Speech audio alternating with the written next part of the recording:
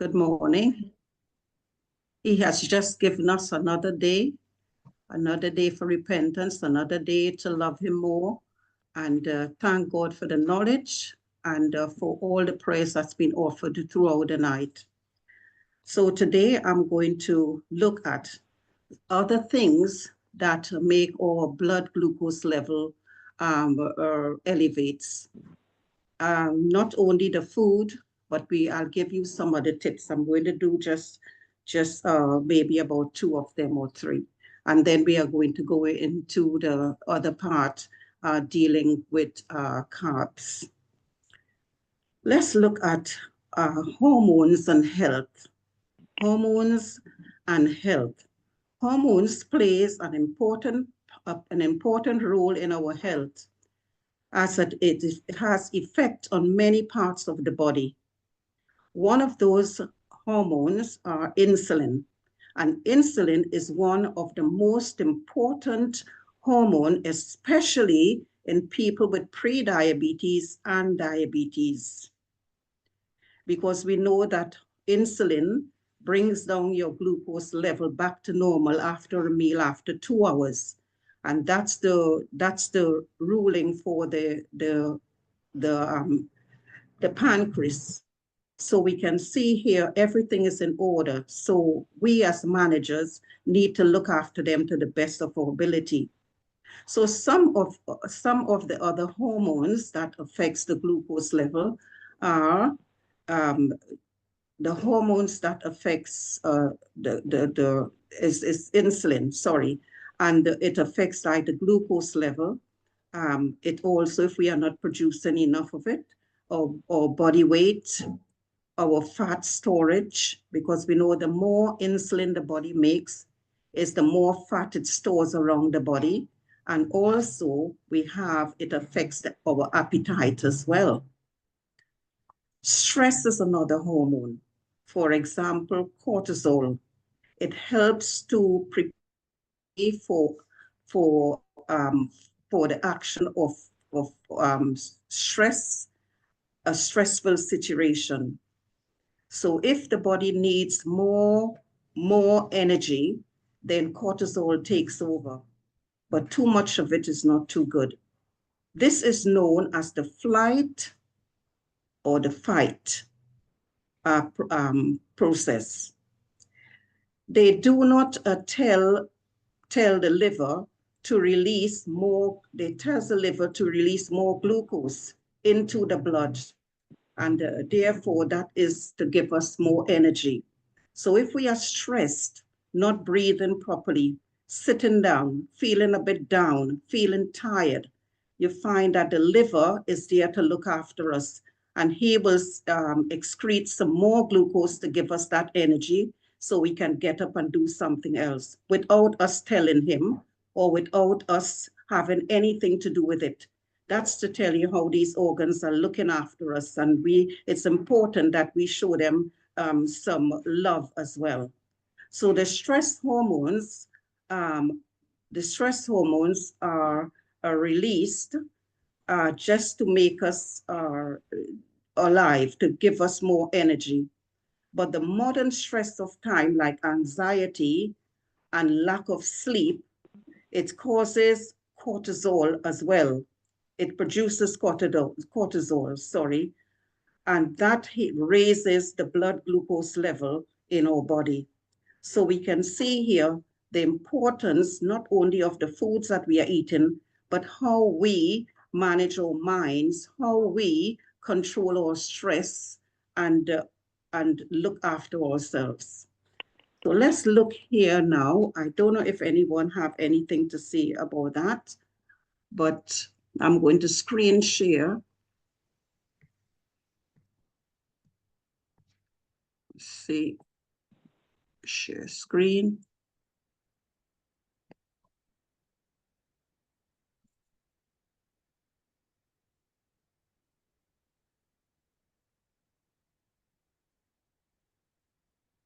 Yes.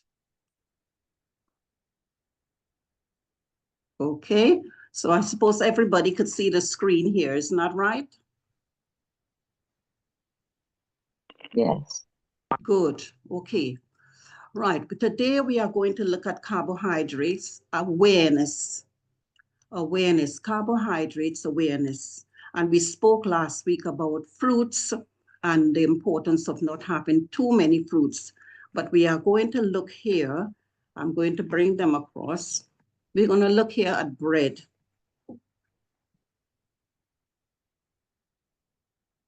There, as you see, it's going across. And this bread here, we can see here is one small size, and that is a portion. Then we look at 4 tablespoons of sugar, and we know that sugar is made from beetroot and cane sugar. So we will see in a minute, and that is 4 tablespoons. And then we look at an apple, and that apple is just a medium apple. And then we're going to look at a glass of milk, and that is a half a glass of milk. What is in these 3? All we can see the importance of glucose. We can see here the bread is made up of glucose. So when we chew it in the mouth, it starts digesting. Then we look at the spoons of sugar, and we can see 2 sets of sugars in there. We can see a yellow one, which is like here. If we look at the key, we see here glucose is G, like yellow. We see the fructose in the apple, like an F. We see galactose, like in the milk. We can see the insulin is a key, and we can see the glycogen. If we are not burning out, the glucose turns into glycogen. And then if we are not burning out that glycogen, it turns into fat. So let's look here and put the apple now. So we can see the apple is made up of fructose and glucose as well. And we can see the sugar is made up of also glucose and fructose as well. And then we look at the milk, and we can see here that the milk is made up of glucose and lactose. So all these things, if we keep on having them, a large amount of them and very often, we can see here that all those are going to break down into glucose. But let's look and see all of them, they are carbohydrates, whether it's the bread, whether it's the sugar, whether it's the apple, whether it's the milk. But let's look and see what happens here. We can see here the glucose from the bread or from the spoon of sugar goes into the bloodstream, or from, we'll put in extra because we have them twice, going all into the bloodstream after we eat. 1 hour to 2 hours, so lots of them. All what we are eating breaks down mostly into glucose. And there we see the glucose is from the small intestines and then into the bloodstream. And then we look at the key that we see the guide up there, and the key is the insulin. So the insulin from the pancreas that is only 6 inches long, he has to make a lot of or a lot of keys to open the cells so that all that glucose can move from the blood glucose, from the blood vessel into the cells. And this is what this looks like. And then we look at the cell, and we can see here a normal cell. And the keyhole, we can see what the keyhole is like. It's just going to fit a key in the keyhole. And therefore, that keyhole is going to open the cells, and the glucose level, the glucose is going to come into the cells, and that's going to give us some energy. So there's the energy. So we need to move. We need to do something, not exercise, but do something to break down that glucose. Because if we didn't break that glucose down, then obviously the cells become bigger. And we can see the difference between the keyhole in the small normal cell and the keyhole in the very large cell. So we can see here, the bigger the keyhole is, the more insulin we need. So there is the insulin, but we need more keys to open that cell. So because it has a lot of the baggage of the fats in there is a lot. So we can see here, you know.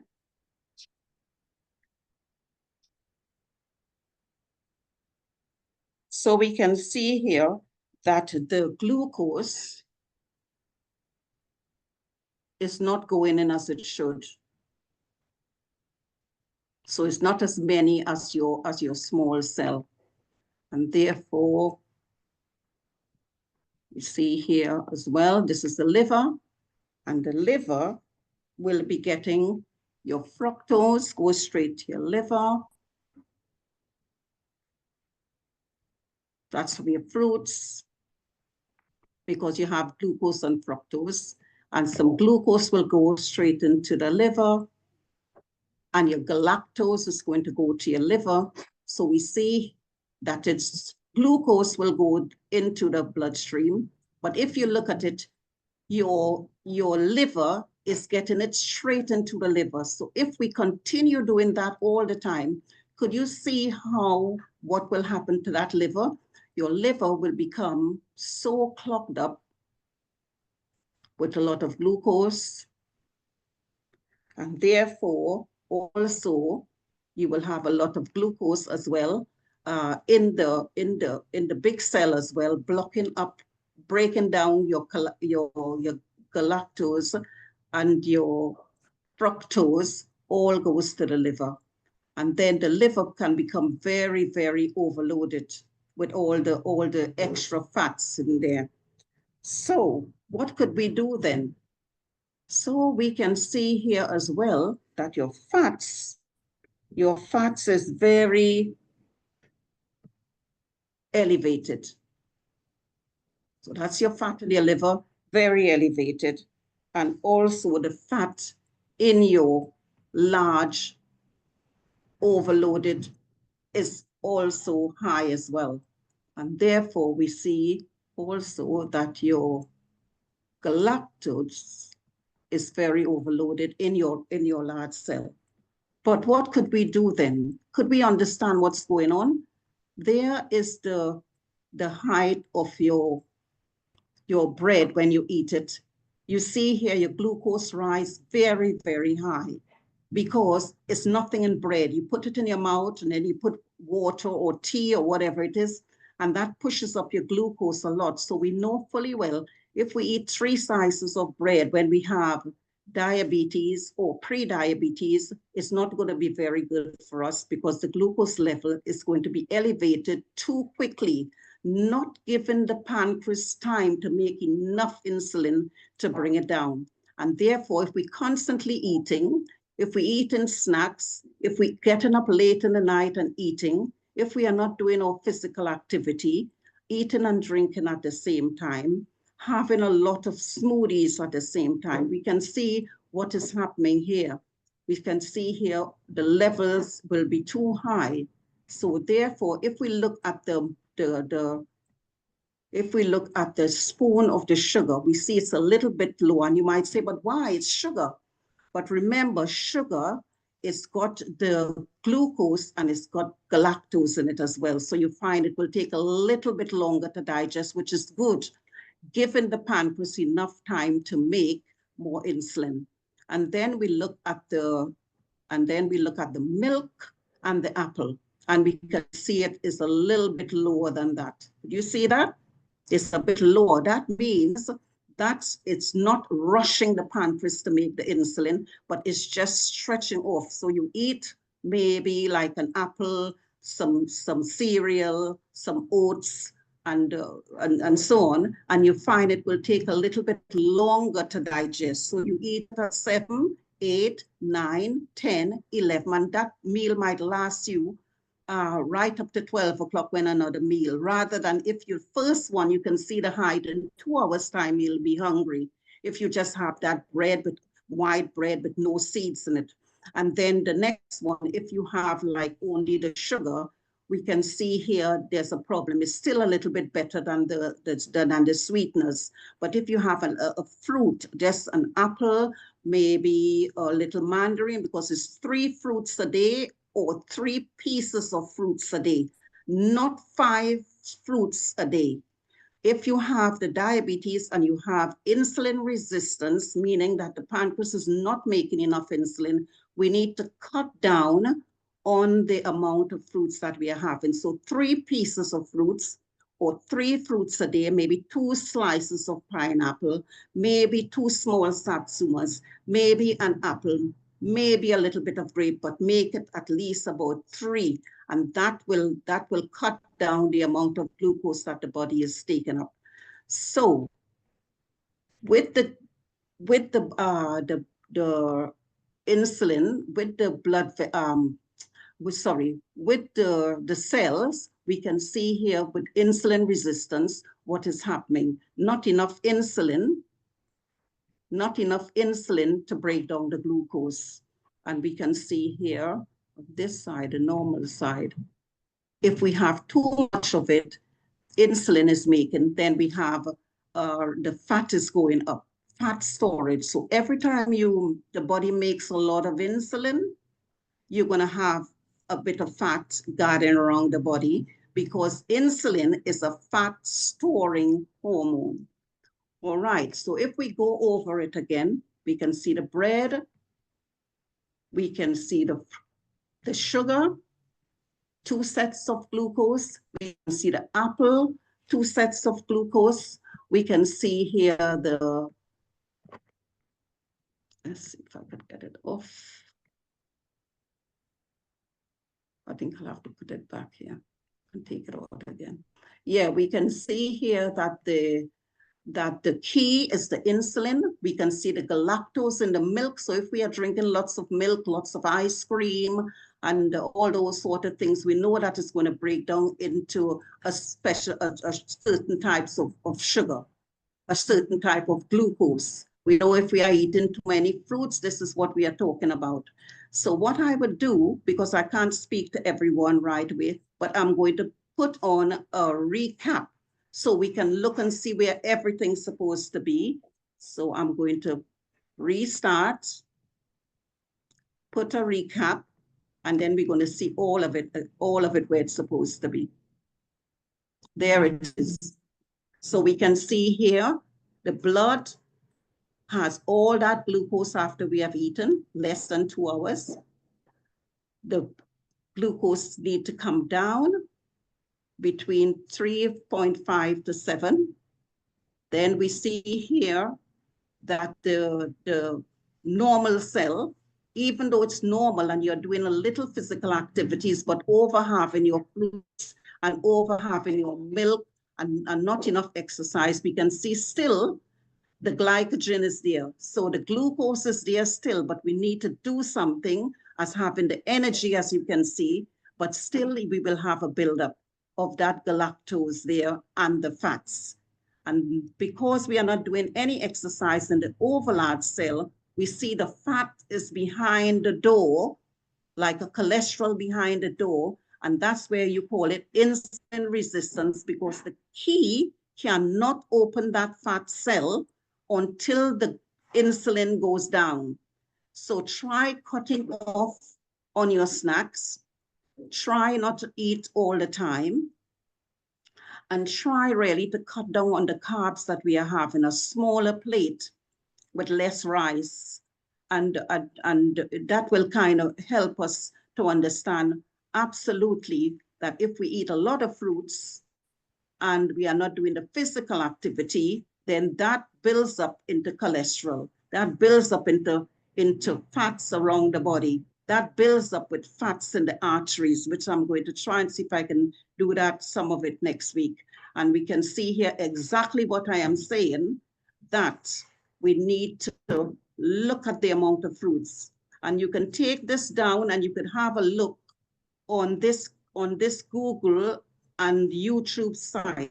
If you've got a pen, you could write this down. And there's a DVD I've scripted, and then you will understand exactly what is a portion and how to look at what is a portion and what people said when they had insulin resistance, what they did. So I'll give you it now. It said, just write down diabetes,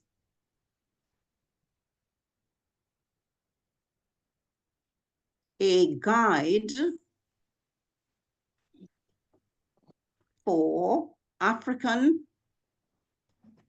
and Caribbean community. And it's on YouTube, and you could just have a look. I'm no actress, so don't look for a lot of acting, but you will find the information there together with the head nurse from Ipswich Hospital. So let's stop sharing. Is there any questions you want to ask about these pictures here that you are seeing? Anything that you didn't understand? Anybody? Or if they got, you know. Just about with me, I'm not